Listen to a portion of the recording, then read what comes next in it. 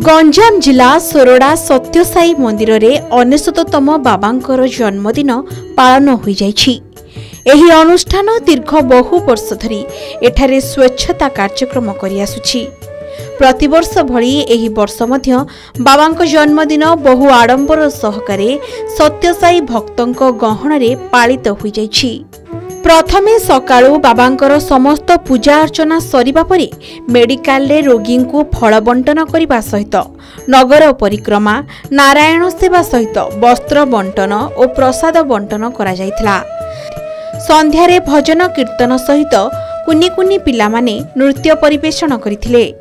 एहा परे बाबांकर जन्मदिनर केक कटा जायथिला। एहा सहित आतशबाजी रे सहर पूरी उठिथिला।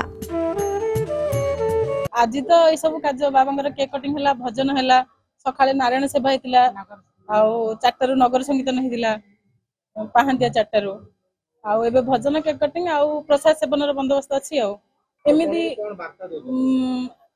मेडिकल आज ये फ्रूट्स बंटन थी। आमर विभिन्न जगह बहुत कार्यक्रम हो, वृक्षरोपण हो, गछ लगे कौन हम से समस्त ये कर स्वास्थ्य सेवा होची, ग्राम विभिन्न गाँव को जाइए से सेवा करा छतुआ बंटन होची, ये सब मध्य करा होची। हमर आरंभ होला सकाळ 5टारू ओंकार सुप्रदन संगे नगर संकीर्तन होता। 10टार षोडश उपचार पूजा संगे हॉस्पिटल मानक रोगी मान फल ग्लुकोज इत्यादि बंटन कराइला। 12टार नारायण सेवा, नारायण मान वस्त्र पाछड़ी इत्यादि बंटा। संध्या प्रोग्राम रे भगवान भजन सत्संग सागर बाल विकास कार्यक्रम कल्चरल प्रोग्राम होता। सेवा संघ द्वारा आम स्वच्छता प्रोग्राम रे आम रास्ता घाट सफा करूँ। आम अक्टोबर 20 पर्यंत स्वामी ये पर्यंत अक्टोबर 20 तारीख पर्यंत आम करूँ स्वच्छता प्रोग्राम। एही भक्त माने दीर्घ वर्ष हेब सोरडा अंचल रे विभिन्न कार्यक्रम हाथ को नैछंती।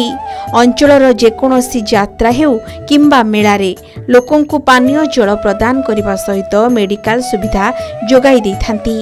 एहा सहित वृक्षरोपण भी करिथांती।